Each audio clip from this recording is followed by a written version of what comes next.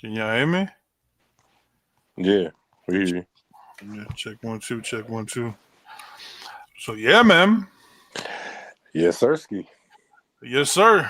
Yes, sir. So how about them flights, man? What about him? Getting canceled left and right. I can't travel. I can't be a passport, bro. Can't do shit. Well, they're supposed to vote on it tomorrow, so after tomorrow, you should be good, man. So I wouldn't stress about it. So what? I said they're going to vote on it tomorrow evening, so you should be good. Yeah, man. I mean, it can't last forever. Like, we're going on, what, 40 days now? Yep. Yep. But people are still flying. It's no, they just, it's people not going to work, of course, but people, there's no flights just not going. Like, people are still flying. So I'm guessing like the way it is, like you just get like if you're like a government worker, like because TSA agents are government workers, right? Mm-hmm. So all that they get back. So once it opens back up, all your money basically goes into a whole all put together, right, in your account. Like I it gets did. all. I did hear that. Yeah, I did hear that. It's kind of I'm cool. not. Yeah, I'm not for sure though. But it's not cool that people could not pay their bills, but you know what I mean. Right. Well, give me a second.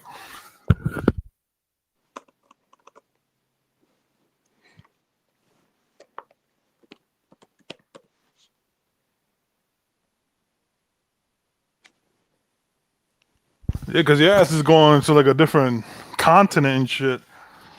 So it'll be over by then. It should be over. It should be over by December. Yeah. Oh, let me send It this link should to. be now. We're talking about. It's in 2025, and this is crazy as ever been politically. So I'm saying it should be, but you never know with these motherfuckers. Yeah, I think this is all Candace Owens' fault, honestly. Exactly. Duh. Yeah, she's a what'd you call her? A wench? I didn't say you did. I ain't saying none of that today. I'm being chill today. You keep bringing. Yeah. But hold on. Is B Dash coming on? Who the fuck knows? Well, he got the link, so he can come on. Yeah. Is anybody on? Oh, my bad. Go ahead. There's nobody. Just like 5 people watching. Bet. So, all right. So, I remember you telling me. Hold on. I remember you telling me about. Well, hold on. There was a post that I saw, and there was I guess there was a dude that was going to write a book on Tupac, and I remember, like, typically, obviously, we're gonna be like, what? Like, because Tupac is a subject that's, how do you say it? Hard Like, to cover. no, people like suck the blood out of that subject. For sure. Yeah. Yeah. So Right. sadly, so it's like, but I remember I spoke to you and like, nah, Jeff Pearlman, he does this thing, like he's a real reporter Yep. / journalist. And then there's always been rumors about him being, touched in prison, Right. Mm-hmm. so that's something we wanted to find out, and then obviously, I think this book put it to rest. Right, because bro, that shit was started by, of course, Wendy Williams, and then the narrative was or a lie, it'll travel faster than the truth. So what Jeff did was he actually went to the prison and interviewed the CEOs, interviewed other prisoners who was there. And I was Right. like, how could Pac be raped in jail when he was in protective custody and he had a Watch the word. one-man cell? Yeah, watch the And R word. oh yeah, my bad. He was he was essayed. He was essayed Yeah. in prison, but everybody there never confirmed it. But me and you used to talk like, if that actually happened, when we have people who actually did it come out and say they did it, or we have eyewitnesses to hear it or see it, but nobody ever came out and said it. It was just Wendy Williams and people like Funk Flex and all them insinuating that it was true, and your boy Bill Courtney with no tangible evidence. Yeah, he kind of just like, yeah, because the way he put it out there was what was it? How did he put it? He basically said that the Haitian Jack and Jimmy Henchman had him got people to do it. So it just seems like, bro, it just seems kind of weird. Like you got booty goons on deck like that. You know what I mean? Yeah, and again, we would have like, bro. There are tears in prison. So if this would have happened to the number one rapper in the world, we would have had eyewitnesses to hear it, to get the point of view from after the people who did it, etc. Because if somebody in fact really did that to Tupac, they would be bragging that they did it. So we never got no names, no who, what. It was just, oh, he got SA'd in prison with no proof. Right. But he was in protective custody, like I just said. Yeah. Yeah. Yeah, man. Well, I want to pull something up right now.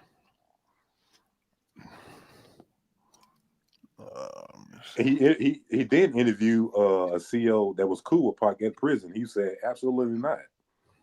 It's like, no, it's not true. I was there every day, and that absolutely did not happen. Right. Let me see something.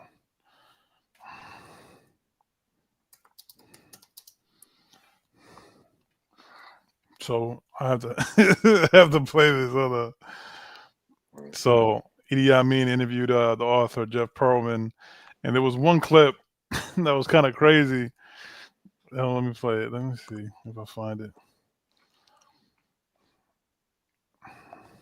But like, can you hear it on your end? Even when he was like, Yasmin was talking about this, the number of people asking him for money, asking him for this. Can you buy me a car? Can you buy me a house? Can you get me this? Can you get me that?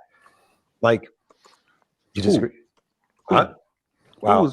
Who was asking? Well, Yasmin told me why he was in jail. Yasmin said that when he was in jail, just as an example, Afeni said there was this house and she knew that Yasmin was going to see him and said, I have this house I want to get in Jordan. Can you show it? And gave her the thing to show Tupac, to ask if Tupac would buy her a house. And Yasmin. Oh, give me a second. I'm trying to show it on the screen, but it doesn't show.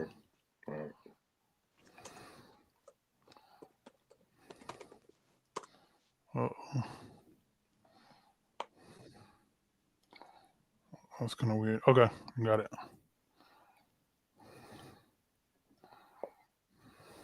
Yasmin said to me that she said to Afeni, I can't do this. Like, I can't do this. Mm-hmm. And like, I can't speak to that. I wasn't there for that conversation. I'm not lying to you. But I do know eventually a house was bought for Afeni. Correct. You know what I mean? As a part of his deal with Death Row. And I do know that, you know, Tupac saw himself as a provider for his mother and his sister, very much so.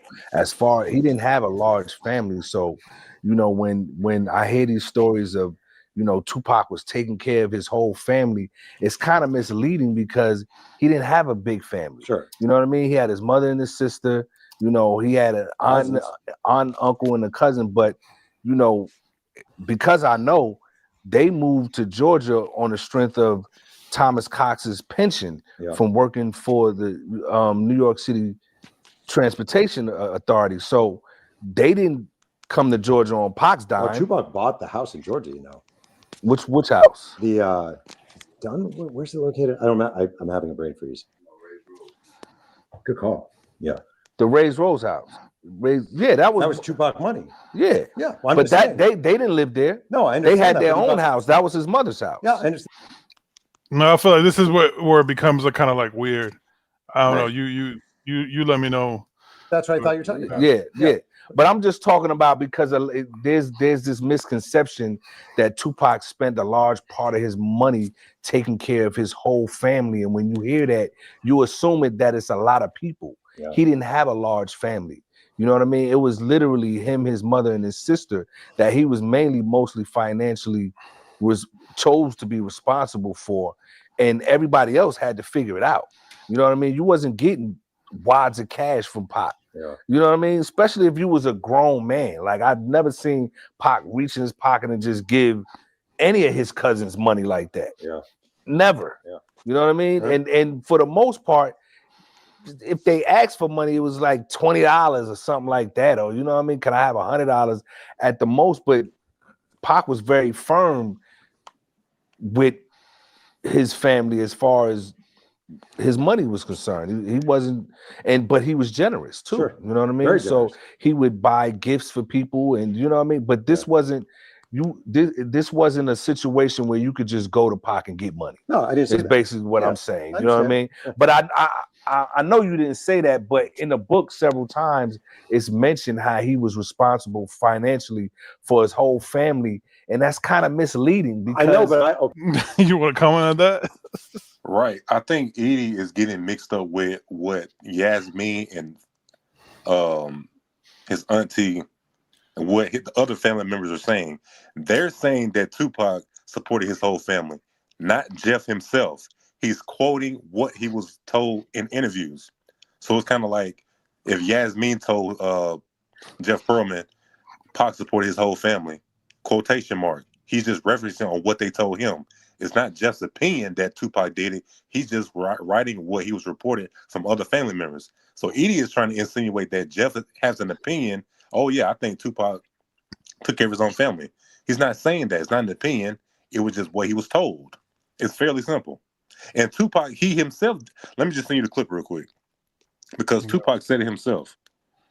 He said, I'm not thugging for me, I'm thugging for my family. I pay all the bills. I feed my whole family. Wrong or right, I do, and I can't stop. That's what he said. Right. Yo, the comments is crazy. Somebody said, sounds like he went and interviewed a lot of Pac haters, then wrote a book. And then the reply says his aunt, sister, managers, and cousins are all haters? Question mark. Right. Yo, these people, man. Showed up video where Tupac says he supported his whole family. He paid all the bills. Just Google it and then play the video. He's sitting down. I'm pretty sure you can find it easily. Let me see. But Tupac himself said he pays all the bills and take care of his whole family. We're not making this up. Yeah, he said it. Yeah, I don't think I'll need it, but I remember reading that in his Vibe article interview. Right. So it just seems like, honestly, it just seems like hold on, I think I pulled it up.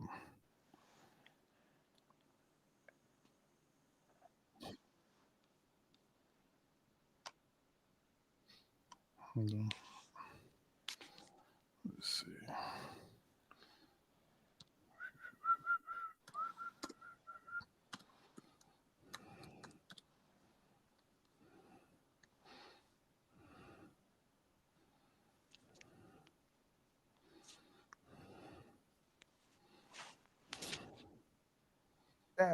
I'm not thugging for me. I'm thugging for my family. I pay all the bills. You know what I'm saying? I feed my whole family. Wrong or right, I do. And I can't stop. You know what I'm saying? And if thugging is going to make me $1 million because it just got me platinum, then that's what I got to do. All Those right. are his words, not Jeff Pearlman's. He Yeah. literally said it. Yeah. Oh man. So here's the thing. All right, by the way, the book is called "Only God Could Judge Me: The Many Lives of Tupac Shakur." But here's where it becomes silly. I think obviously, I don't think Edie read the book. I think he got a couple highlights from it and just was like, okay, I'm gonna try to challenge him, but it just mails. If it fails, you know, it just fails like completely. It just falls on flat. Right, because if you read at the end when he talked about that Suge, he called that Jeff book or his journalistic integrity and saying that he said Suge was there every day. Right. Jeff interviewed people who was at the set, and they said first somebody said Suge was there sometimes, but not all the time. And then Layla Rashawn, the actress, she said Suge was there every morning babysitting Tupac. Jeff is not saying in his opinion that Suge was there every day. He's just saying or referencing what people who was on the same set were saying. So it's just based on what information that he's getting, not his own personal opinion. I think people who don't read the book, they don't see the quotation marks where he's referencing people saying something, not he himself. Right. They think it's an opinion-based book. Yeah, which is not. Right. Okay.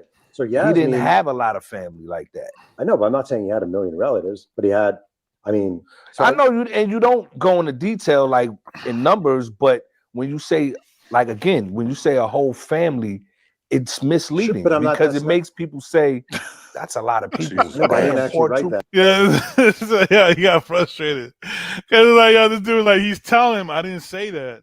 You didn't read that in Right. the book. I know you didn't write it, but it said in the book. He said you didn't write it, but it's in the book. Yeah. Said what? Yasmin says it a few times. In the Yeah, book. but Yasmin was actually handling his finances. Like Yasmin was out there, hired by him, drove the 3,000 miles too. I know there's some like, I mean, I no, know there's it's true. yeah. So She Yasmin was handling his responsible books. for his, and And If she's it's she's true, not then what's the wrong problem? with what she's saying. I'm just saying it's misleading because there's no details or any context to it. Yeah. How is not any context? He's saying that he just said that what Jeff said is true. So if Jeff says what is true, what is the argument? What are you still debating about? Yeah, I can't. That's what I'm saying. That's why I think his idea was like, all right, I'm gonna have him bring him on. At some point, I have to be like, okay, let me catch him. You know, let me throw a jab at him somehow. Well, I think he's trying too hard to nitpick the intricate details of the book. If the biggest nitpick that you have of the book is that Pac literally didn't take care of his whole family, then fine. But Pac said it himself, he did. And then the other thing he nitpicked was Suge not being on set of what was it, Game Related or Gridlock? Which movie? One of those movies. Yeah. Yeah. If that's the biggest nitpick that you have, then the book must be pretty damn good. Yeah. It makes it seem like Pac was responsible. I mean, I'm not trying to be a jerk. But you said you haven't read- 25 people. If you read the book, I think you'll see there's more. I did read that part though. All right, well, You know what I it's a mean? 400-page book. Yeah, it is a 400-page book, and I was able to go through a lot of it. But I was able. if to there's go another through. part in Did there you read where it or you didn't? He skimmed it. He said I was able to go through it. That means you just skimmed through it. You went by chapter or Google people's names. You didn't read the whole book. Yeah. If you don't read the whole book, how can you then ask for context? Right. you know what I mean? Yeah. He was only taking care of his mother and sister. Then I missed that part. Okay. I missed that part. You want to throw down? No, I'm just kidding. I'll get my ass kicked.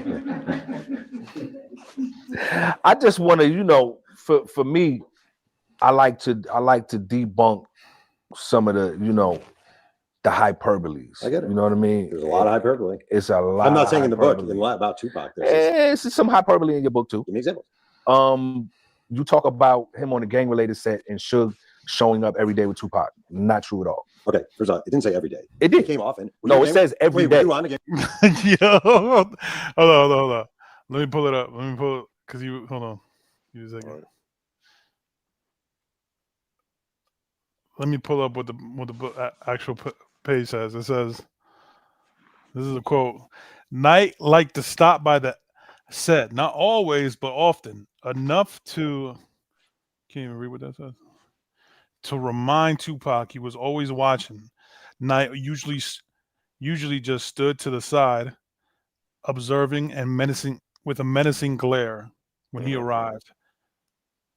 Pulp recalled it. It was like I could smell the sulfur.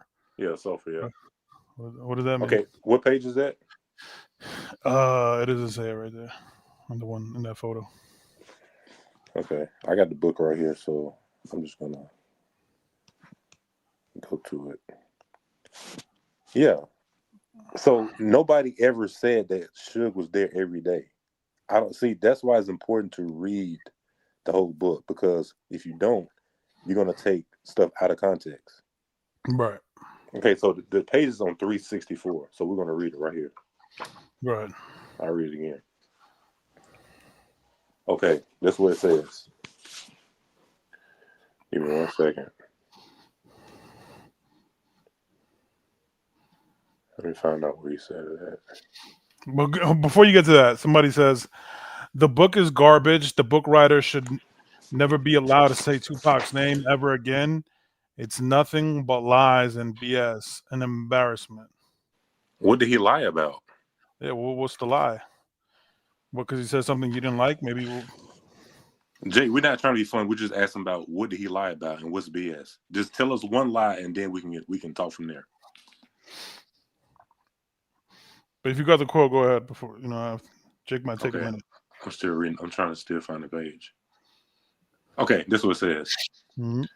Before long, the producers figured something out about Tupac. All close-ups had to be shot in the morning because during lunch break, he retreated to the trailer to get high. Red Eyes said Jones. A quote. He dug him some weed. It was fine. We worked with it. Then it says, Knight liked to stop by set. Not always, but often enough to remind Tupac he was always watching. Knight usually stood to the side, like you said, observing the menacing glare. So this is not Jeff saying this. This is references and quotes he's getting from other people who were there. So Right. in their opinion, Suge wasn't there every day. So where did he get that? He said that Suge was there every day. Jeff never said that. He never said that in his book. But man, this just makes Edie look bad, bro. Straight up, he wanted to be a smart ass. He think he could call him out and failed. I'm just sorry. I mean, right. This is where you fail at just doing a podcast and being an interviewer. Yeah, the book says it nowhere in the book says Suge was there every day, and that's Jeff's opinion. Nowhere does it say that. Now, Layla Rashawn, she said that Suge came every morning babysitting Pac. That's her opinion on the accounts of what she saw. That's all. Because she was there. She was on the movie. Yo, somebody in the comments says, Edie's video says, he should get sued for writing that book. He should get sued for writing that book. Yeah. Those other comments. Okay, I got you. Yeah, it's in the comments. But I'm asking, like, Jake, what's a lie in the book? I don't understand what he's saying. Although somebody replied to your comment, they are being way too hard on this guy. Edie denies talking to him before the book, then brings him on to complain about the book being wrong because the guy went viral. So this will give Edie attention. Yet before he wanted nothing to do with him. It's so in reverse. I don't want to be interviewed for your book. Now I want to talk about your book is wrong, but I didn't read the whole thing. Exactly. If a reporter asks LeBron James post-game, why did they lose? And LeBron says, our players suck. And the reporter publishes an article with LeBron's own quotes. How's the reporters at fault? He's reporting that others told him people are so stupid they don't know what quotations are used for.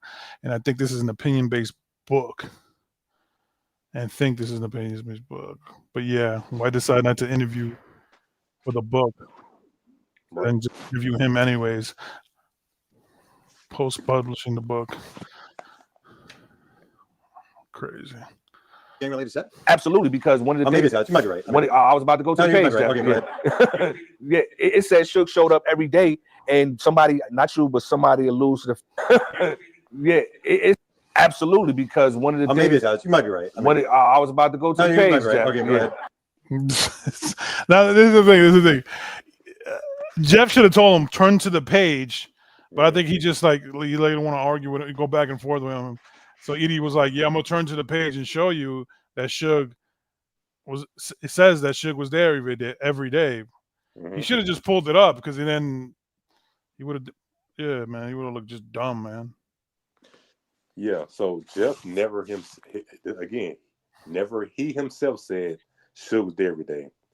That was him interviewing Layla Rashawn, who was also on the set. That's what she said, that she seen Suge there every morning babysitting Tupac. That's all she said. It's not Jeff's opinion. It's just what he was told via somebody there. That's all. Right. Jesus Christ, man. Edie knew Tupac all his life. I'll take Edie's word over hearsay from a bunch of random MF. They worked on the set. They're not random motherfuckers. They were cast members on the movie. How are they random? Is what's her name? What's her? Goddamn, he just said it. Is Layla Yasmin Shawn? a rant? No, Yasmin. Right. Yeah. How is Yasmin? Yeah. Is Yasmin random? Okay. Compton. Compton Blue. Edie was there every day. So was Layla. That's her opinion. Just like it'll be Edie's opinion that he wasn't there every day. Who's to say Edie isn't wrong if she's not right? Somebody said, hold on. Somebody said, Edie was on the set every day too. Okay, that's fine. We're not disputing that, but we're disputing Layla was there too. So why would we take Edie's point of view over Layla Rashawn's point of view when both were there every day? Who's to say that she's wrong and he's right? That's my question. Somebody said Edie, decent rapper, terrible interviewer. He's not a bad interview. I just don't. I just feel that he's scared. No, I think he just failed as an interviewer. Let's call it what it is. He's fucking sucked. I'm sorry. To be as old as you are, and I say that with respect when I say old, but you can't. You know what I mean? You can't even read a couple pages. Yeah, my just guy. read it. Yeah. Not only did his team fail him, but like, bro, come on, man. You know you Right. better than that, bro. Yeah, it says Suge showed up every day, and somebody, not you, but somebody alludes to the fact that it was creepy that Suge was there every day. Suge was running a $300 million record label with other artists. He didn't have time to sit and babysit Tupac. I will counter you by saying, Yeah, at one point, I don't think he even cared about any other artists except Tupac. Yeah. Even and I interviewed about 6 different people who worked on Gang Related, and they did talk about Suge being there either often or all the time. Now, you may disagree. In the book, you say every day. Okay. And we as Dialogues, stop we it. would go to the set. He said in the book, you say every day. He himself did not say that. Layla Rashawn did. Jesus Christ. I mean, I don't think she even said it every day, right? She said he was there every morning. Okay. Right. Babysitting Tupac. That's what she said. With him every day. Yeah. Because he didn't like to be alone. So he had the security, and then he had us. Yeah. And Suge would come every now and then. You know what I mean? Like, Suge had no interest really to be on a movie set. That's not what he was into. Okay. And he didn't need to babysit Tupac. Okay. And honestly, Pac probably wouldn't allow that. Okay. Well, I'm just going to say 2 things. Number 1, I'm not saying you're wrong. I'm saying I interviewed a lot of people, but I'm saying number 2, you turned down my interview request. Yeah. And I would have loved to interview you. Yeah. And I'm a nice guy. Yeah. Yeah. You are a nice guy. Yeah. Couple of years. Hold on. This is what pissed me off, though. I'm not gonna lie to you. Hold on. All right. I'm gonna play this. Then I read. What'd you say? Okay, I'm going to read from the book. This is page Go ahead. 366. 366. Okay, this is what it says. Actors were due to the set at 10 a.m. and Tupac arrived accompanied by Night. Every single morning, it was creepy. Quote, Suge was babysitting him in a way, unquote, said Rashawn, who was born in Compton and witnessed gang violence as a youth. So that's what she said, not Jeff. Mm-hmm. But go ahead. In your feelings, man. Y'all very emotional, very upset about a book that just came out called Only God Can Judge Me, The Many Lives of Tupac Shakur, written by New York Times bestselling author Jeff Pearlman. Now, Jeff Pearlman comes from a sports background. He particularly is known for sports journalism. He's written several books directed at sports. Books about Bo Jackson, Brett Favre, the Lakers, Walter Payton, the list goes on and on. I think 11 in total. I may be wrong. But that's primarily where Jeff comes from. This is his first time doing a book on someone from the entertainment field, pop culture, if you will. And of course, if you're going to write a book as far as pop culture is concerned, and you want to go on top of that when this guy was really active doing his thing, and it still continues to move, that this is coming from these people's perspective, these people that had personal interaction that they knew personally. He did reach out to me to be involved with the book, and I declined. I declined by not really communicating with Jeff because at the time I wasn't really that familiar with his work. And as a rule of thumb, I don't just offer up information for books and novels and tell-all books, so to speak. I like to deal with facts, and sometimes with these kind of books, who knows? Jeff, what does that even mean? I don't even know what that part means. If you love facts, then why would you not give your facts? If you love facts, why would you not interview a book based on facts? Honestly, it just sounds like a cop out. Just because Jeff obviously wasn't paying anybody. Well, he'll sit down with Vlad because he pays him. Right. Okay. So back it up again and retreat what he said. Okay. Play it again. Let me slow it down too. Hold on. I don't just offer up information for books and novels and tell-all books, so to speak. I like to deal with facts. And if you like to deal with facts, then that should implore you to interview for the book even more, right? Mm-hmm. How could you ignore a book interview based on Tupac if you love facts? Right. So by your logic, you're always right. So then you should interview the book and get facts. Right. But anyways, go ahead. Sometimes with these kind of books, who knows? Jeff's book, I haven't read it from cover to cover, but what I've read so far, some of it does read like fiction. You know, as far as certain things that I'm taking shots. Yeah. Some of it reads like fiction. That's what he said. Wow. Yeah. You read the whole book. What do you think? I thought it was like I said before. I've been reading Jeff Pearlman books for years now. His books always are very detailed. You know, he always goes into depth. He's just not going to interview Suge Knight. He's going to interview the janitor at K&M, the sound engineer on Tupacalypse Now. He's going to interview the school teacher at his performing arts, school. He's not going to just interview on trash. He's going to get to the bottom of shit. I'm going to interview the person at the practice squad guy on the Cowboys. That's thorough research. That's good journalism. And I thought the book was thorough. Yeah. Somebody hit me up and said it made them cry. Oh yeah, your boy. But I ask again, where is the lie in the book? This person said,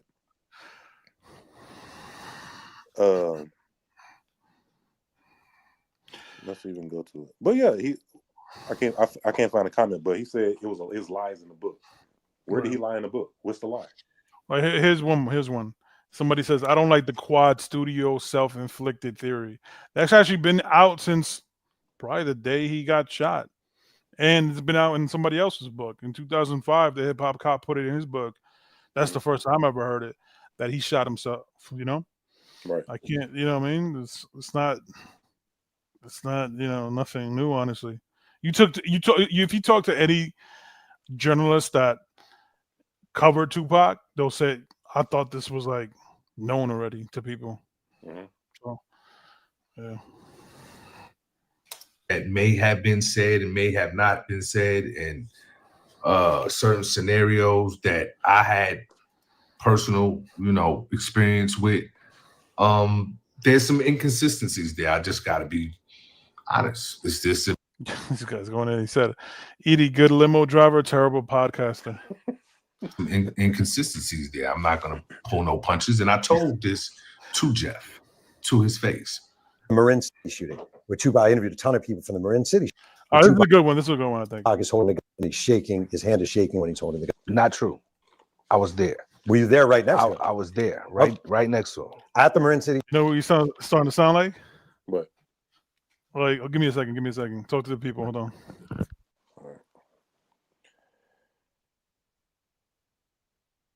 I'm just heckling. I don't know what's real or what's fictional these days. Waters have been muddled for decades. Yeah, that's true. We're not clowning Edie. Well, I'm not. I just think he's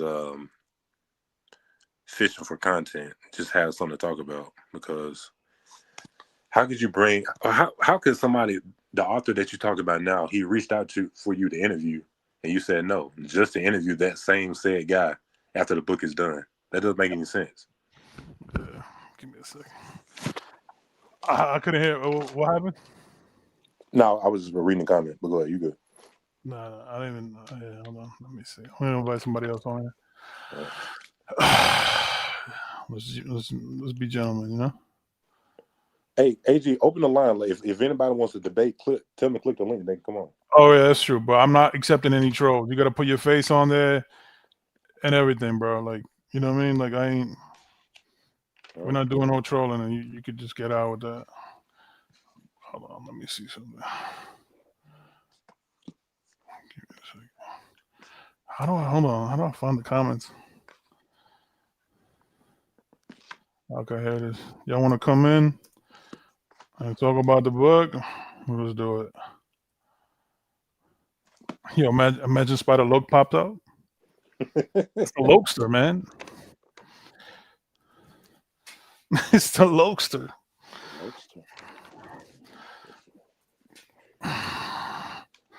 Damn, man, you good? You breathing hard as fuck. Nah, I'm just. I think it's the chair. Oh. Yeah. Plus, the mic is really close to me. Okay. It's like literally. I have like the Janet Jackson shit, the Michael Jackson shit. That's literally what that is. Jeff's already lost credibility, but how, bro? Like, just you can't just like I know you like Pac. Everybody likes Pac, but like, you can't just like okay, like how? Like, give me details. What Compton? Am I saying your name right? Computabula?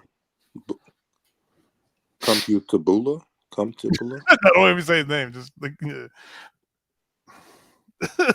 Yo, it sounds crazy. Don't do it. Don't do it. No, I'm was really trying to pronounce the name. I But think I know what it says. I think I know what it's. I think it's something like yeah. I know what I kind of know what it says. No, I'm saying he can click the link and we can talk about it. Yeah. Computer Blue. Computer Blue. Yeah. Damn, my camera not working. Okay, here it is. All right. Go ahead. Hold on, give me a second.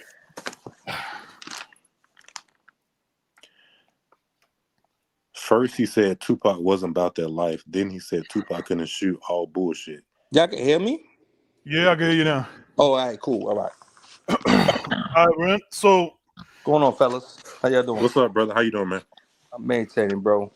Maintaining. Coop, can you just like break it down to him, like what we just spoke about Edie? Yeah. So basically, Edie was trying to say Jeff has things wrong in his book, but Edie doesn't know what referencing and quotation marks are. So he thinks when Edie put something in the book based on somebody who told him who were there, what they told him, he thinks that's Right. Jeff's personal opinion. Jeff Pearlman, Right. He doesn't know what quotation marks are. Right. Yeah. So we're just So breaking he's down. saying Jeff got it. Well, this is my thing. Well, and just about what you're saying about Edie. How is Edie even gonna say that Jeff Pearlman don't know what he's talking about? Because hold on, Putty, that's my daughter. See, my thing is he's talking to a lot of people that Edie don't even know. Right. All right, I'm Putty. I'm doing something. All right, I'll be right. Be up there in a minute. That's my little baby. Huh? Yeah, get one. Yeah. So how's Edie gonna say Jeff Pearlman don't know what he's talking about when he's talking to the source himself, and Edie don't know these people? Right. And I was telling somebody earlier. So Edie's saying he was on the set of Game Related every day. Okay. So his opinion matters. Right. He was there every day. So based on his right. So but we're getting a quote from Layla Rashawn that said Suge Knight was there every morning. So he's saying that's not true. So who's to say that Layla Rashawn isn't telling the truth, but you are? Right. Because she was there every day as well. But why would he say that's a lie? That's kind of like why does it even matter? Okay. Why is that why is that a big thing? That if she was there or not? So he's just trying to discredit this man's name and is lying. That's what he's okay. So the book is 400 pages long. Yeah. Not including the index and the glossary and all that shit. Yeah. If that is the biggest thing that he got wrong, is that nitpick intricate detail, then the book must be good. If that's your only little gripe with the book is a couple little details here and there. He reading that shit, right. And he didn't even read the whole book. He's just surfing the book looking for details that might not be true. Oh, he's wilding. Nah. I don't think he even nitpicked. I think somebody on his team just like, okay, this is what it says, and it was like it just came like secondhand information. You know what I mean? Right. So now That's all. he said he's looking for. He said Jeff's in some parts of the book is lacking context. How could you talk about lacking context when you haven't read the whole book? Right. Did he elaborate on what he meant by that? What did he? No, that's all he said. He said because I would love to see this interview that, you know what I'm saying? Oh, okay. He did a live? Yeah. He interviewed Jeff. We were just playing it. I'll play it for you. He interviewed Jeff for real? Yeah. I'll play it for you. You probably could hear it on your... Okay. But give me a second. We got somebody who tapped in and wants to do your thing. No problem. Okay. All right. All Positive Network. Let's I'm bring you to the stage. Yeah, what's up, Positive? Yo, what's going on? How you doing, man? What's going on, fellas? I don't want to cut the brother off that was speaking, but I read the whole book. I read the whole book. Okay, and I read Stacey Robinson's book. Okay. What'd you think about Jeff's? Look, man, I'm gonna put it like this, man. I don't know what Jeff's motives. I don't know if it's good or bad, but prior to the book, I didn't have a lot of respect for Tupac. Look, Tupac's not that much older than I am. Like I said, I was born in 77. Tupac was born in 71. I was born in 77 as well. Long before, exactly. I was listening to hip hop long before Tupac or Biggie ever had an album. Right, me too. So I love Tupac's music, but I didn't respect him as a person because I was 19 when he passed away and all the trouble that he fought. You know what I'm saying? But Jeff book made me respect Tupac a little bit more to see where he came from. I respect absolutely. A lot of people think like, yo, man, he's trying to tarnish Tupac. Like, no, he actually makes me feel bad for him. You really should feel bad. Right. The one that got it the worst was his sister. His sister's the one I want to hear her side of the story. She got it. Yo, she got it bad, but my whole thing is like a lot of stuff, like he didn't even touch on a lot of stuff that even Stacey Robinson touched on in her book that Tupac was doing. Yeah, what was the difference? I'm sorry to cut you off, but what's the difference with Stacey Robinson's book and Jeff Pearlman's book, would you say, since you read it? Oh, okay. Yeah, Stacey Robinson's book, she mostly talked. She didn't go in on Afeni. She didn't talk about the stuff Afeni was doing, and she didn't focus on his sister. She focused 100% on Tupac, like how he grew up, and she dealt with the Baltimore years, and she talked a lot about Jada in her book. Pearlman didn't talk about Jada. He didn't talk about Jada. He didn't touch her like one time. And I read Jada's book. Jada's book coincides with Stacey Robinson's book, like the mutual friend they had, and so I read her book. Like I said, I get like 8-9 books a month from Amazon. I'm finishing up Lionel Richie's book now. I got like maybe 2 chapters left. So I'm a I need you to get. Let me plug my book in. I need you to get my book, bro. I wrote 3 books on Amazon. Well, what book you got? I'll go to Amazon right now and get it. What you write, man? All right, go Laquan Johnson, LAQUON Johnson.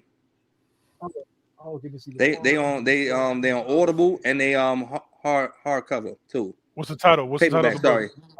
Sorry. Motivational Motives. Generational Ignorance and Habitual Habitat. When you type in my name, it'll come up.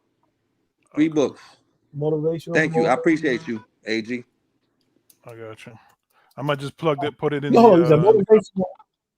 Yeah, put it in the chat. Yeah, I'm gonna put it in the chat. I'll see more. That's me, man. I'll pick it up right now. The one with the question mark and the head on the front, the question mark.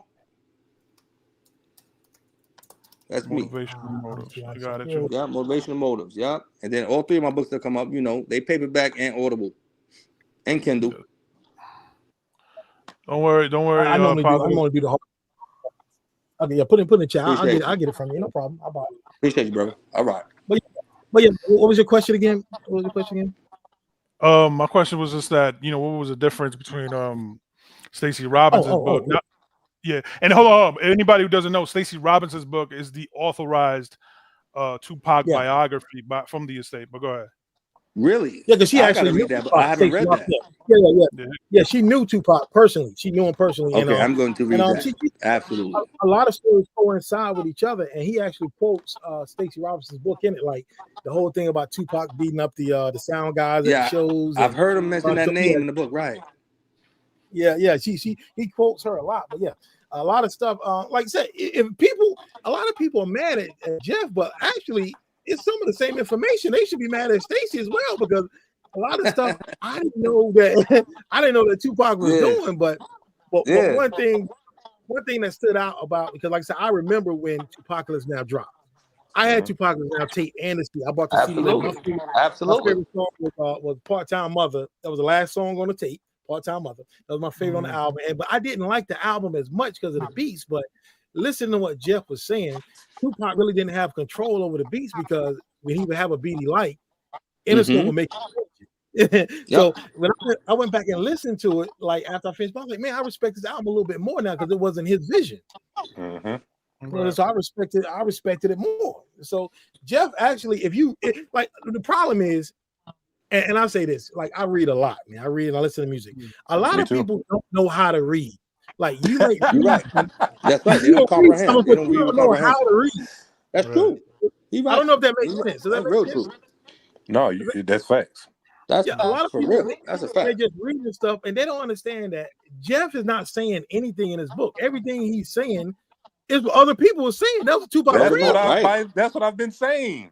That's not him saying it. Tupac's friend is saying it. Yep. But go ahead. You want to say something positive? Oh, no, go ahead. Laquan, you said something. You texted me earlier. You said that the book made you cry. Yeah, that shit almost brought a tear to my eye because I didn't. Well, I knew about Pac. See, I never read Stacey book, so I just knew about Pac of what I knew on TV and how he, his antics and how he was. But I'm like, this man was in desperation every day. Yep. Right. And I couldn't imagine living in desperation every day, bro.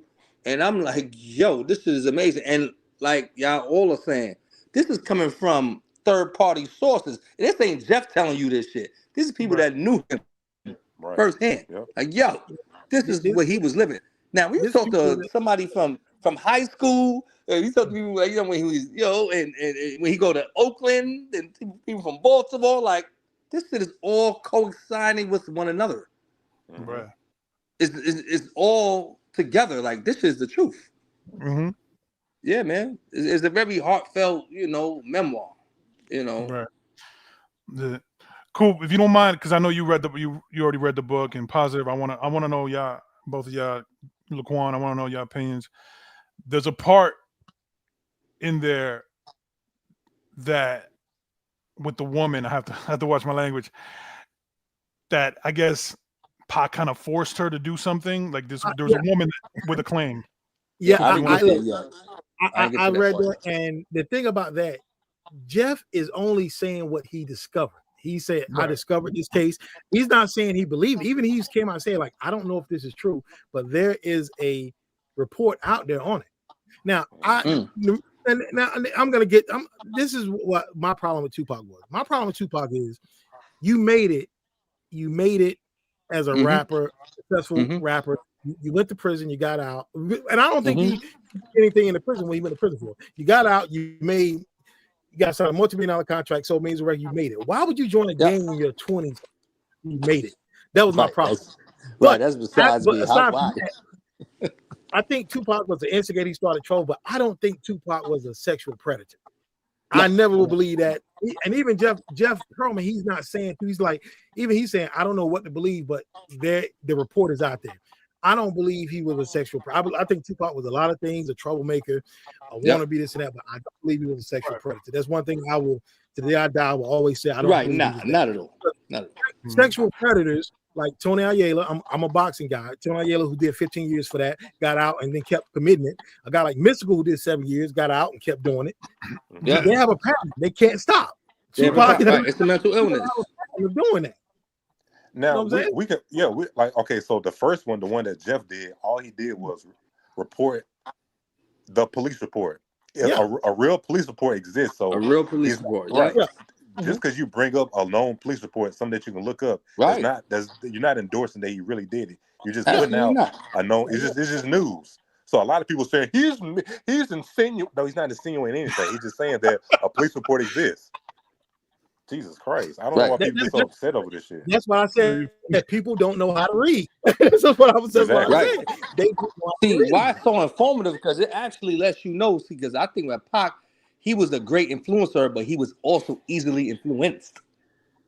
You understand? Yes. And I think that's where this whole thing with the girls. You understand?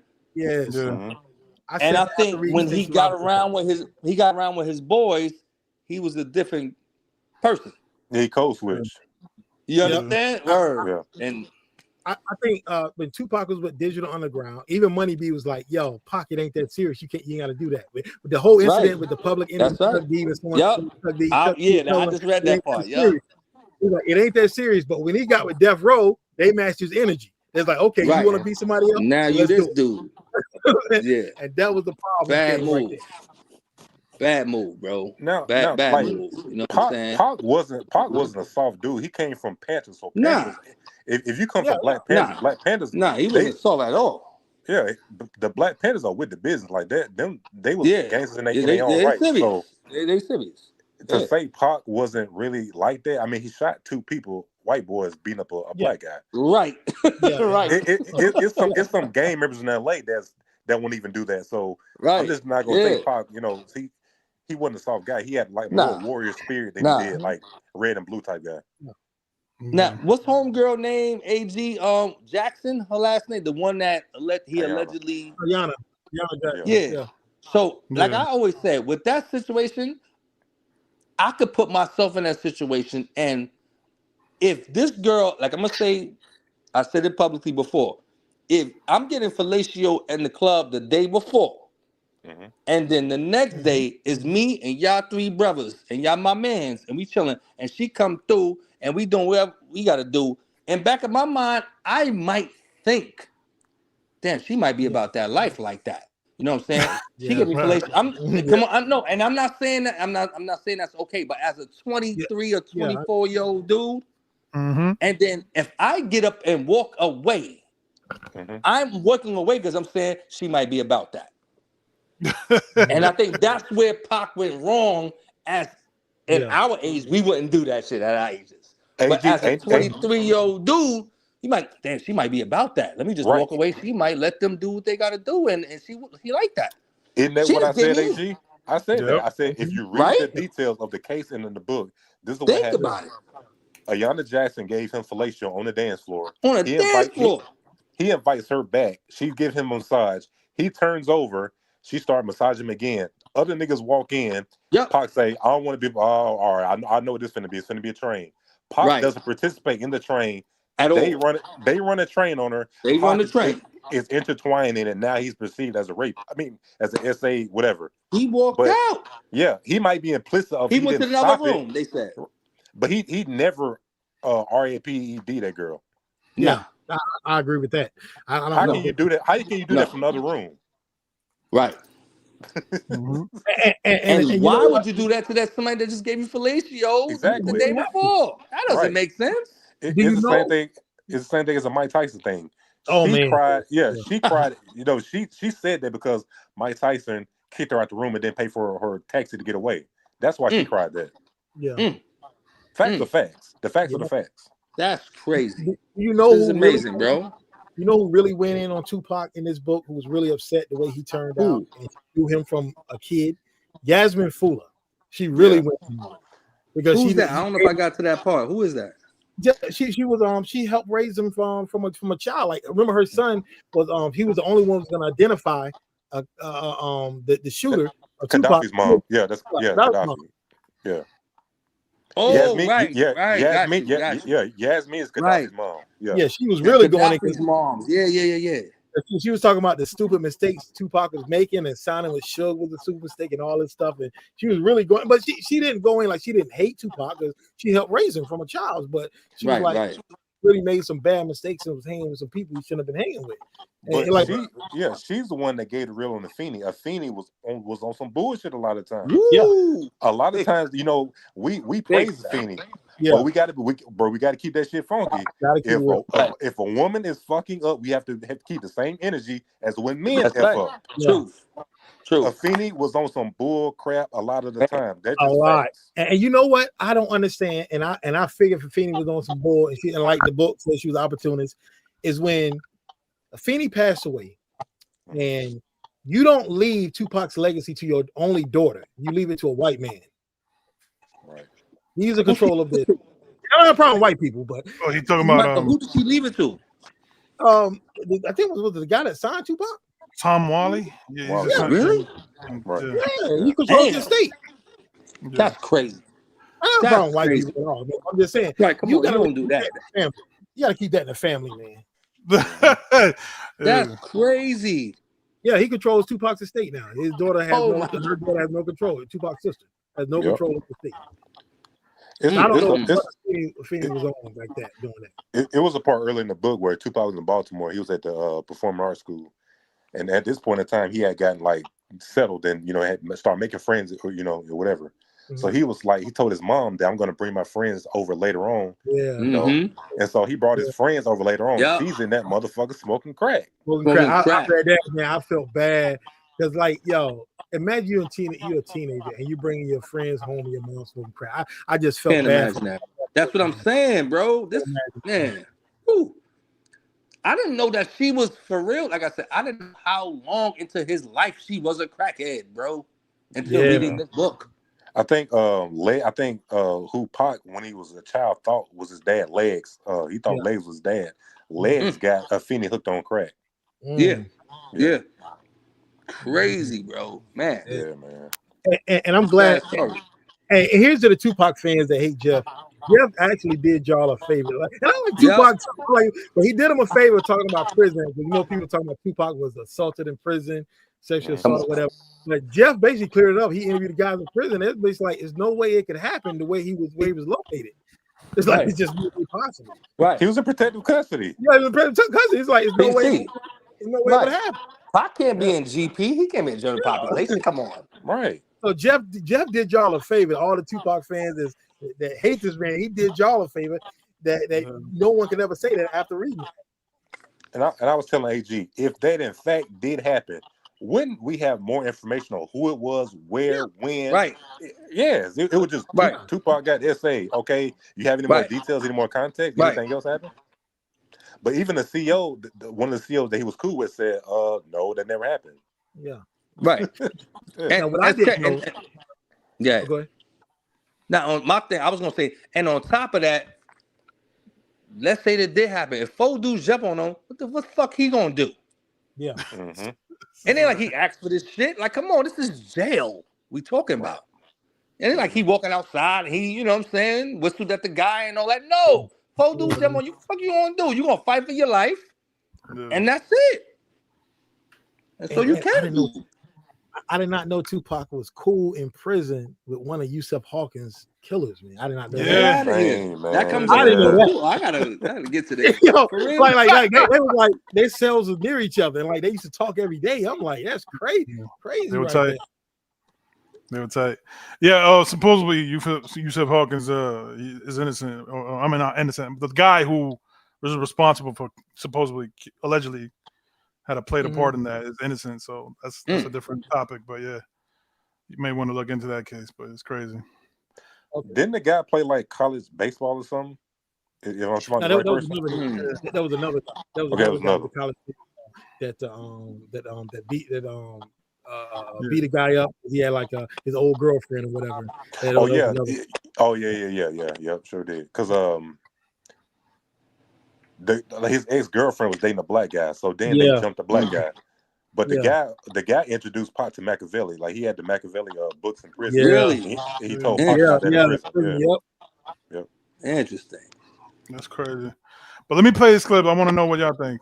All right, go ahead. Okay, cool. Let me see. Is it this one? Pac never With touched Dimitri the tripping. Absolutely, never touched the gun that day. Never touched his hands. Absolutely, I have to. Marin City shooting, where Tupac, I interviewed a ton of people from the Marin City, where Tupac is holding a gun and he's shaking, his hand is shaking when he's holding the gun. Not true. I was there. Were you there right next to him? I was there, right next to him. At the Marin City shooting, Pac never with touched Dimitri the gun. tripping. Absolutely, never touched the gun that day. Never touched his hands. Absolutely, I have to. And there was another thing that was inaccurate. Since we're talking about Marin, that we showed up with bodyguards. We absolutely didn't. Okay, wait, time out. No security. Pac couldn't afford it. You know Dimitri Strickland, right? I'm on the gang-related set and Suge showing up every day with Tupac. Not true at all. Okay, first off, it didn't say every day. It It did. came often. No, it says every Wait, day. were you on the gang related set? Absolutely, because one of the Maybe things it does. You might be right. I was about to go to No, the you might page. be right. Jeff. Okay, go ahead. Yeah, it says Suge showed up every day, and somebody, not true, but somebody alludes to the fact that it was creepy that Suge was there every day. Suge was running a $300 million record label with other artists. He didn't have time to sit and babysit. Okay. That was one of the reasons why I wanted to. So that was sort of like Edie's way of kind of like poking Jeff's book, you know, but and trying to say That's Jeff it? lying. yeah. Wait, Right, I mean, right. That's the book is 400 pages long, and you say the book has a lot of fiction in it because you want to nitpick and say Suge wasn't on the game related set every day.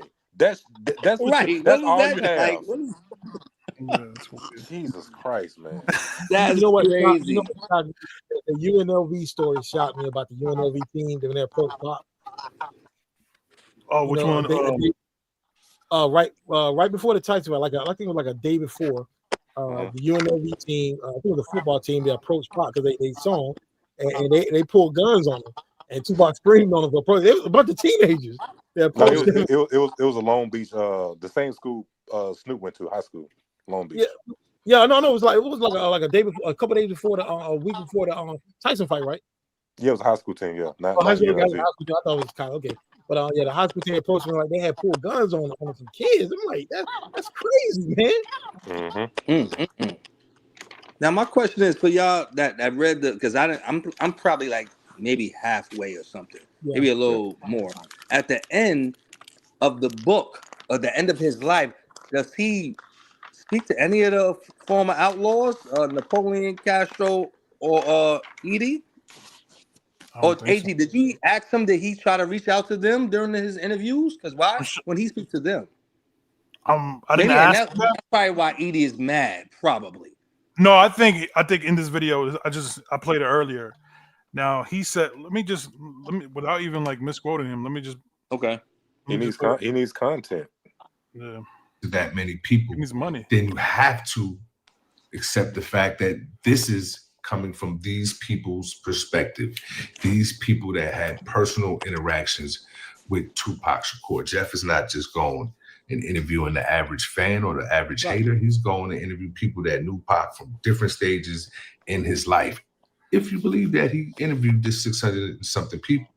And as a journalist, you have to do your research. So, again, these is those people's opinion and perspective of somebody that they knew personally. He did reach out to me to be involved with the book, and I declined.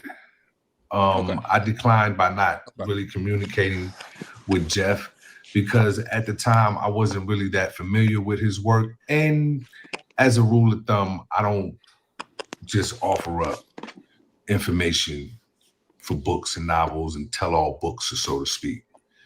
I like to deal with facts.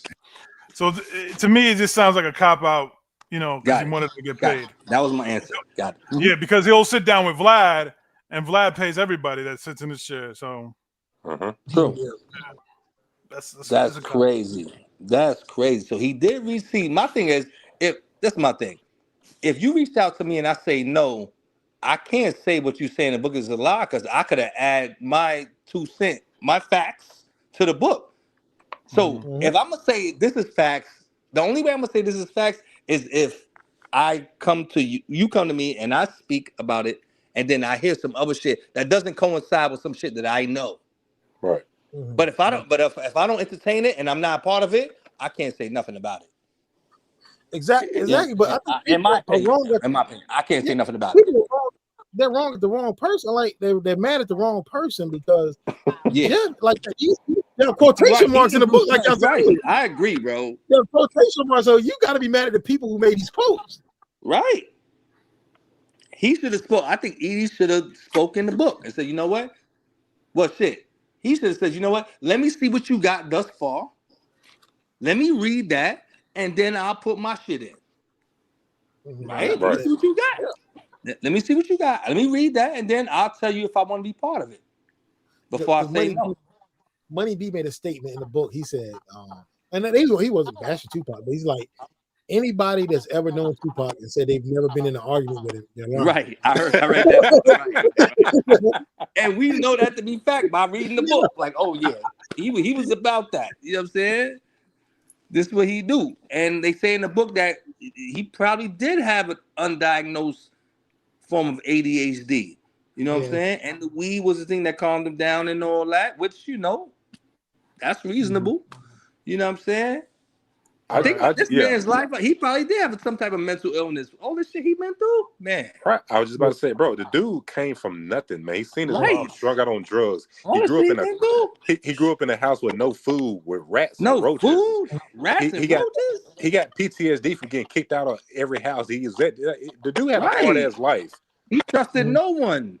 Exactly. You can't trust somebody in that type of lifestyle, bro. Why would you? And one thing Stacey Robinson book notes that I didn't know, and Jeff didn't go in on this, but any guys ever seen the movie Death by Temptation? You ever seen that?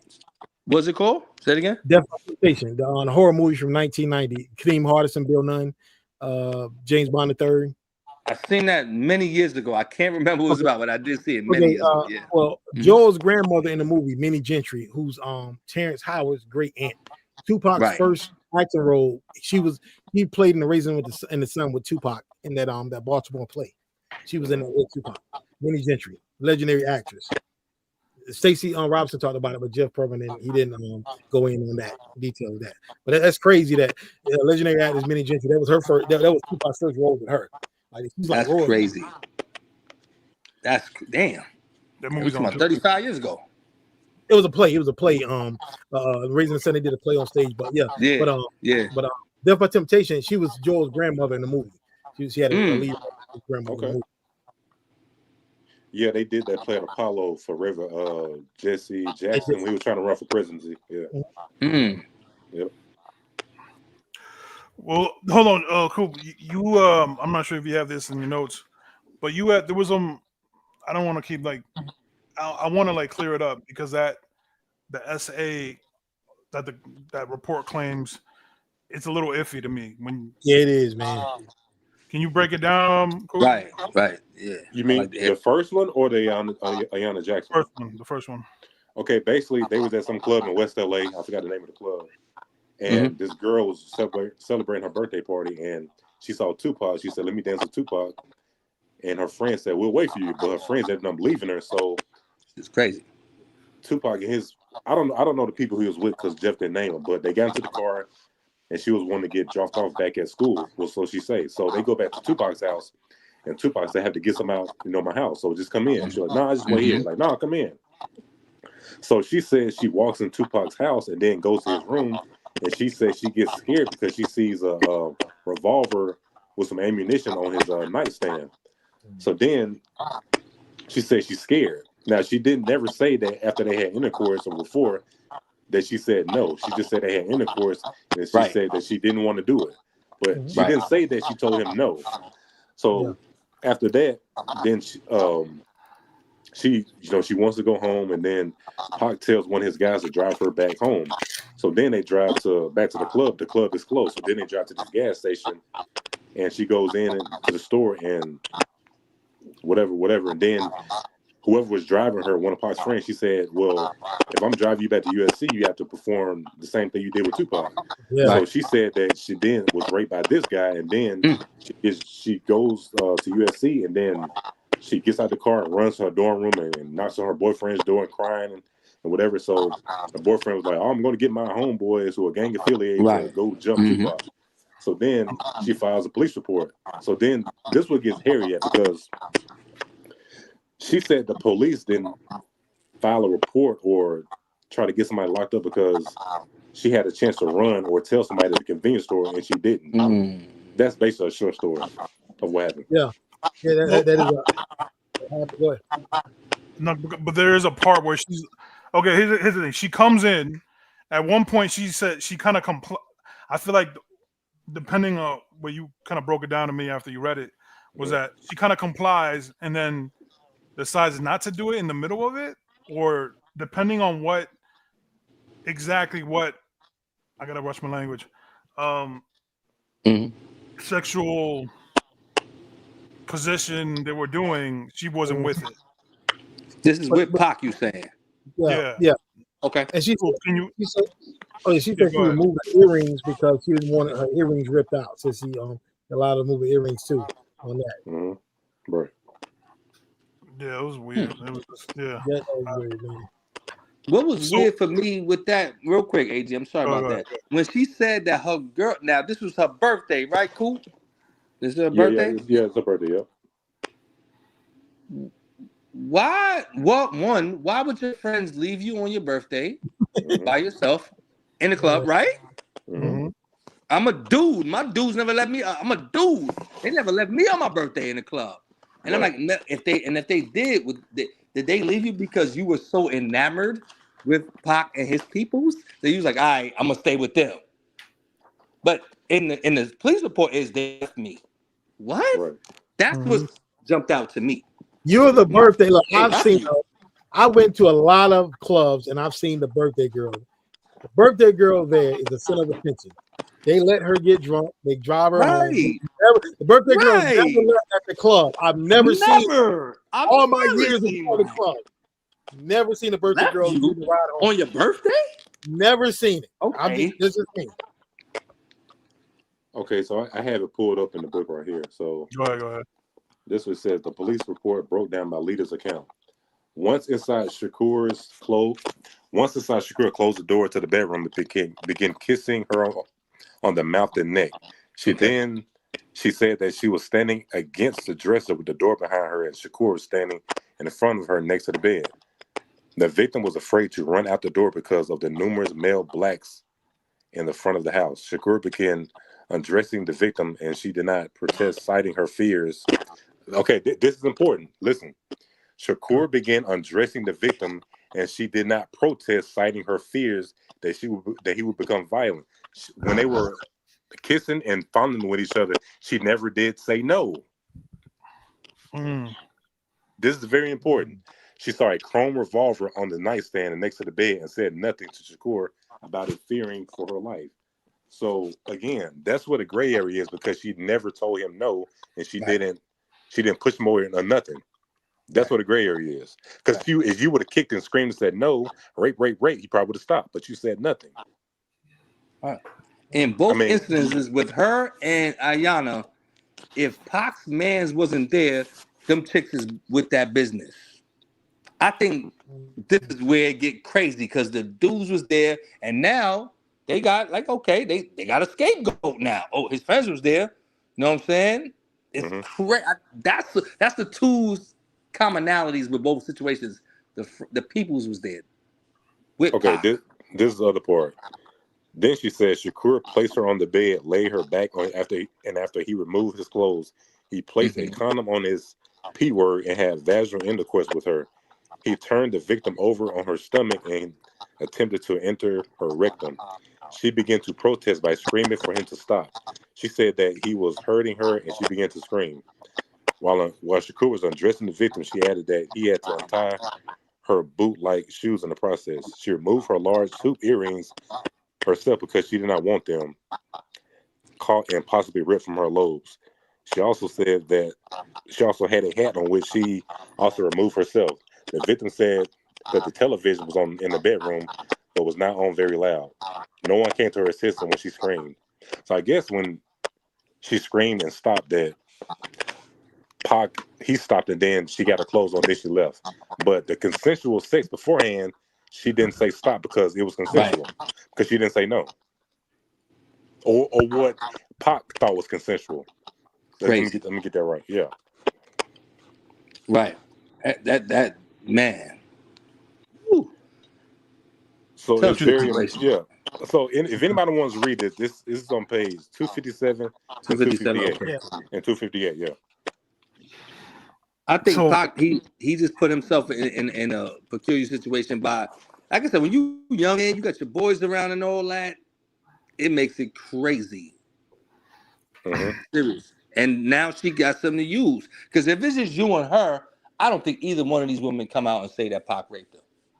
Yeah. Right. At all. But she knew.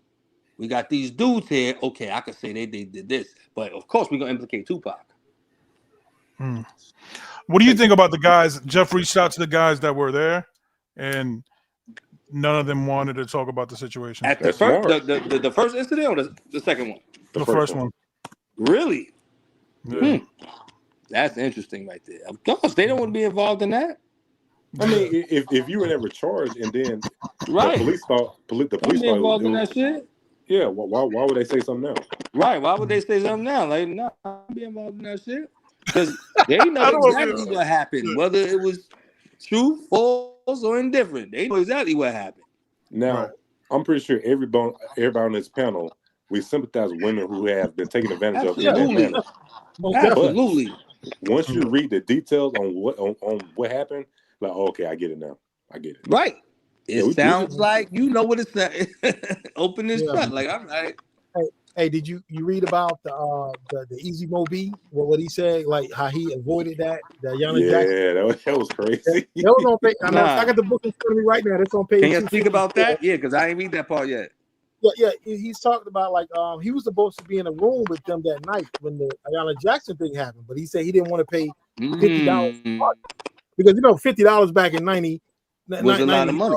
Well, it's like triple. It's like $100 some for parking, right? Right, that's a lot of money. Yeah, back then. He didn't want to pay that $50 for parking, so him and the two guys that was with him, it's like, nah, we good. So by the time, like, they said, I think they said got the car, whatever, and it was there, and the chick, Ayanna Jackson, cops came over to them, pointing to them. She's like, "Is this the one?" And she's like, "No, they weren't." She's like, she could have easily said they were involved too. That's right. She could have easily said that shit. If they had paid the $50 park and went up to the suite, they would have definitely been involved because they were in the suite. Same time the essay occurred. Yeah, absolutely. Absolutely. I mean, my thing is, I don't know with the Ayanna Jackson situation. Did they did the rape kit where she was sorry about that. She was essayed. Mm-hmm. Okay. I don't know if they did. Wait. I don't know if they did. That's what I'm saying. I never knew that. That didn't come out in the Vlad interview. I didn't catch that. So according to what I heard, was basically that by the time she went to the police, she already took a shower. So all that DNA. Ayanna. No. Oh no. Oh, you talking about the first girl? Yeah, we know that. Yeah, she already took a shower. You already know that. Yeah, I don't know about Ayanna. That's some details. Crazy. That's amazing. But I mean, like I said, I'm gonna say it again, bro. Girl gave fellatio in the club the night before. I mean, like homeboy, you're positive. Like I said, we from the same era. He said, well, that's crazy now. But so back then, they said on the dance floor too, in front of everybody. The middle of the dance floor. Right? I've never seen that in all my decades of club. I've never seen that. Me neither. Wait, hold on. So y'all saying to me, y'all never got head on the dance floor? No. What? I've never even seen it. You probably have that would be in one of my 3 books. That would be in one of my 3 books if I did. You crazy? That'd be in the book. Easy. That's in the book, bro. Like, yeah, that's monumental. You know how many people was in the club and saw that at the time? Like what? Hundreds of people watching a chick do this on a dance floor, man. That is crazy. What?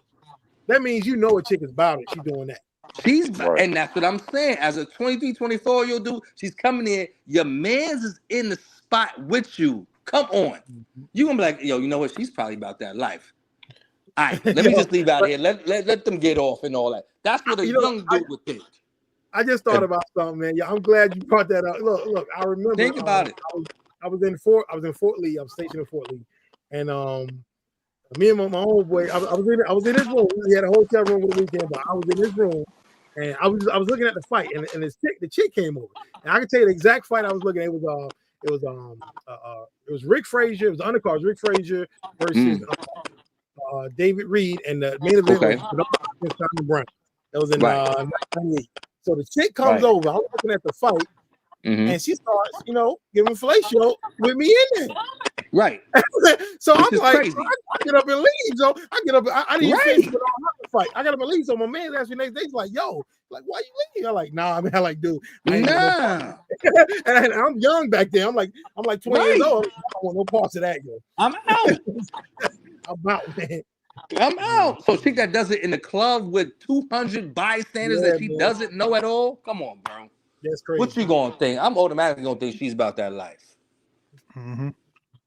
I'm not saying I'm gonna egg it on, but she was doing. She know my man's is here. She walked in the door. I'm gonna get up and leave. Like, yo, okay, maybe she about that. I don't know. The shit is odd to me, bro. Very odd. It is very good. Very odd. Yeah. But yeah, man. Damn. What else can we break down? Coop, any ideas? Oh yeah, man. I think that's all. They said the first album that Tupac actually was pleased with was the Me Against the World, even though he was in prison. But he said that was the first album that showed his vision, and they let that album be about him, like, because the album and the Tupac is down, even the Thug Life, I thought Thug Life was dope. But a lot of people, it kind of, still on the radar. But he said the first two albums, the label really didn't let him do what he wanted to do with it. But he said, Me Against the World, and most people will agree that Me Against the World is his best album. I think that's the consensus. I go back and forth. Like some days I like All Eyes on Me, some days Machiavelli, some days Me Against the World. Like all three is dope to me. I think Machiavelli was. I think that was the most poignant one. That Machiavelli album is woo. But back to that Thug Life album, bro. That Thug Life album had like two of my favorite songs, like "Bury Me a G" and "Straight Ballin'." Yeah, man. I love "Bury Me a G." Man. Yeah, I like that. That's an underrated album, man. Very underrated. But you got to think the time it came out and what was going on, so that's why that flew under the radar. Another interesting thing was that about that Bruce Seldon and Tyson fight. So they were originally supposed to fight in July. I think it was like July 13th, 1996. Yeah. But what happened was Tyson allegedly got bronchitis, so then they pushed it back to September. So if they would originally fought in July, Pac would have never went because he was filming the movie. He wouldn't be able to go. Wow. So essentially, if Tyson never gets bronchitis, Tupac would still be alive. I thought it was interesting. Crazy. Man, that's a good point, Coop. That's crazy. The crazy thing about that fight, that's the day first day I went to MEPS and joined the Army. I joined Army on September 6, 96. I always tell this story because I remember the day I was wearing. Before Pac got shot? Before Pac got shot, September 6, 96. That's what I joined the Army. I went to MEPS, and the next day I went back home. I was like, I was telling everybody, like, yo, I'm hyped for this Tyson Seldon fight. I think Seldon's got a chance because he got a good jab. but Seldon, he threw the fight because he was scared. And then, I looked at the fight. I went to bed later that night, and I woke up the next day, found out Pac got shot. And I'm like, again? Again, right? Again? Yeah. You know what I'm saying? But it's crazy, man. And another thing, Bruce, if you go, after I read this book, I said, let me go watch this Bruce Seldon fight again. Oh, he threw the fight. He definitely threw that fight. The dude, he laid down, man. He didn't even get hit. Let's just say that fight lasts to the 12th round. They might miss Orlando Anderson in that lobby if the fight lasts longer. Right. Another good I don't like to play what ifs, but what if that fight lasts another 35, 40 minutes? Orlando might, he might see a chick over there somewhere. They might miss him, but the fight only lasted 2 seconds, and everybody was done after that. Everybody was in the lobby. Damn. Crazy. Yeah, man. Interesting, crazy. Man, how that's the whole story transpired is crazy. Do y'all know who Ron Hightower is? Oh yeah, the director. Yep, I like that part of the story. Yeah, I've heard of the name. I didn't get to that book. Yeah, porn star. Ron Hightower was a black porn star back in the day. He was a dude, and all the guys used to look up to him because he fucked so many bad chicks on. And Pac, actually, like they had a party at Ron Hightower's house, or is that Pac's house? I can't remember, but they had like an orgy with all these different porn stars and chicks. Yeah, he was fucking Ron Hightower. He actually directed the How Do You Want It video. Yep. Because he said Ron told him, like, Tupac told Ron, like, yo, I want you to direct my video. Ron told him, like, look, man, if you want the girls, you ain't got to try to butter me up and sweet. Just be the girls. I'm supposed to be with you anyway. But he's like, no, I want you to direct the video and all that. And then if y'all look at that I Imagine video, like I think the beginning, what's the first beginning of the song? Oh, you a Muslim now? Nobody. He's talking about his cousin King. Somebody's cousin King. Yeah, I didn't know that. I found it. I didn't know that, man. I found it out in the book, man. another part, he's talking about his ex Keisha. He said, even though we separated, I told you wait again. Nobody, my love will not be. He talking about Keisha, his ex-wife. Man, Yeah. even Stacey Robinson, but I think Pac did that. I think Pac used it for a while while he was in, like, you know, Joe Promo basically said that, yo, he married her to be confident. Yeah, that's true. Yeah, that's true. As soon as he got out, he divorced her. He got divorced, and he Right. doing. Yeah. Yeah. What else you got, AG? I think that's about it. I can't think of anything else. But yeah, this was a good stream. I appreciate Positive the donation. Oh yeah, and I just bought your book, man. Yo, Quan, I just appreciate you, brother. I appreciate you for that. Appreciate your support. Word up. But yeah, I think this was a good stream. Hopefully, we could do it again. Absolutely. Yeah. Yeah, let's do it tomorrow. We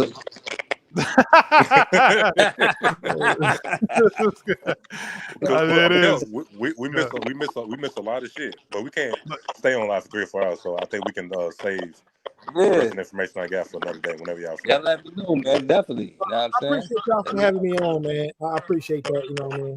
Nice to meet you, bro. Yeah, nice to meet you, man. Absolutely. Positive. Stay up, brother.